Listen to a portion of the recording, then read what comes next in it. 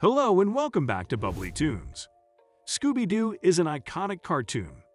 To keep things interesting, guest stars have frequently appeared in the franchise.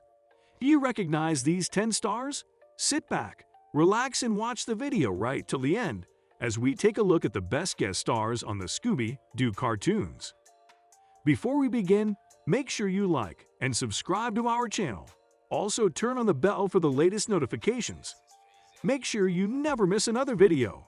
With that said, let's begin. The Harlem Globetrotters. Taken from an early 70s Scooby-Doo series called The New Scooby-Doo Movies, the gang met up with the iconic exhibition basketball team, the Harlem Globetrotters. How these advanced sportsmen ended up on a kids' show fighting off monsters is anyone's guess, but they held their own surprisingly well. In this episode, the unlikely team bumped into a ghost ship man by Redbeard himself, one of the greatest Scooby-Doo villains of all time, and his crew. Considering the novelty of this mashup, it is considered one of the great classic episodes of the show. Batman and Robin. The new Scooby-Doo movies were no stranger to merging the realms of real life and fiction, considering Batman and Robin, as well as the Joker and Penguin, as just as worthy of a guest slot as the very much real Harlem Globetrotters.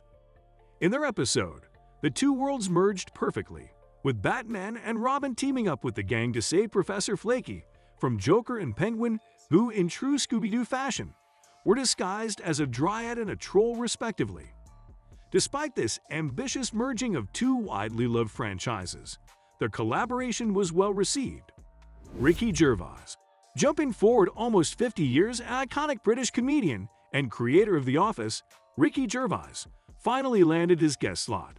No stranger to making appearances on the likes of The Simpsons, his appearance here was within the brand new Scooby-Doo and Guess Who? Series, in which the gang encounters various guests, whether real or fictional. Very similar to the new Scooby-Doo movies, right? Anyway, Ricky managed to incorporate the name of his cat, Ollie, into the title and star in a London-set episode about the rise of an Egyptian cat mummy. Jodie Foster as Pugsley Addams. Known for her central role in one of the greatest films of all time, The Silence of the Lambs, it is often forgotten that Jodie Foster was the original voice of Pugsley Addams in the cartoon version of The Addams Family. Aged just 11, way before her career exploded into the monster it is today. She reprised her role as Pugsley in an episode of the new Scooby-Doo movies, alongside the entirety of her Addams Family co-stars. The gang were tricked into house-sitting for the family, but as soon as they release Wednesday has Gone Missing, they have to turn their attention to that. Steve Urkel. This bizarre guest appearance comes from Steve Urkel, who was eventually the primary protagonist in Family Matters, which wrapped up more than 20 years before this episode of Scooby-Doo hit our screens. Jaleel White, now playing a teenager despite having reached his 40s in real life, returned for the role, which went down surprisingly well, considering how little of the current audience of Scooby-Doo was likely to have even been born when Family Matters was airing. They initially start tracking down the Urkelbot before discovering a Technomancer who is able to control all the robots in the world. And things take a dramatic turn for the crew. Kiss. Not a band known for their subtlety, Kiss jumped at the opportunity to appear in Scooby-Doo. In fact, Kiss has become more of a brand than a band, releasing just about every object they could get their hands on with a picture of their logo on it. I digress. In 2015, Scooby-Doo and Kiss, Rock and Roll Mystery, the gang team up with the band to take down an entity called the Crimson Witch. This all takes place in a massive theme park called Kiss World. They couldn't stop putting their logo everywhere, even in the fictional world.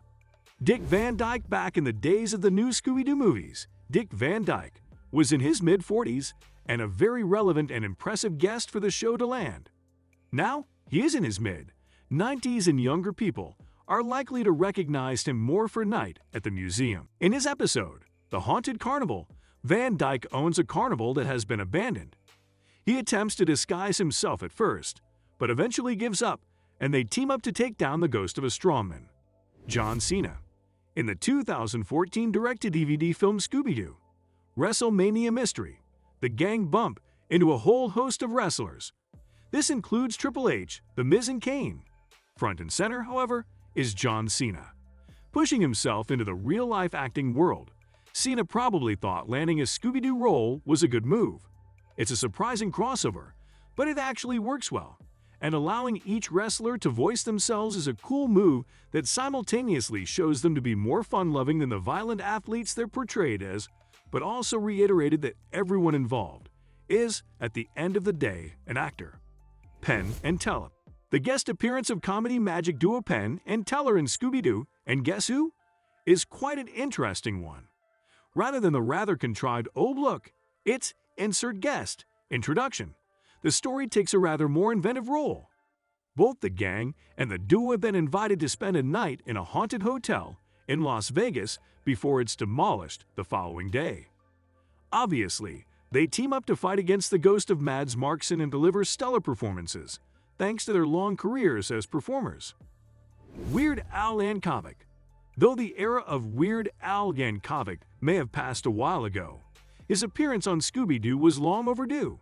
His entire look just begs to be animated in the way of Scooby-Doo, right? His episode of Scooby-Doo and Guess Who? Sees the gang bump into Al, who is, for some reason, a stowaway. Apparently, an ancient Allosaurus is destroying the accordion camp he runs nearby. Firstly, it's pretty interesting to see Al running at camp exclusively for getting better at the accordion. Secondly, it's even more interesting that this resurrected dinosaur would focus exclusively on young accordion players.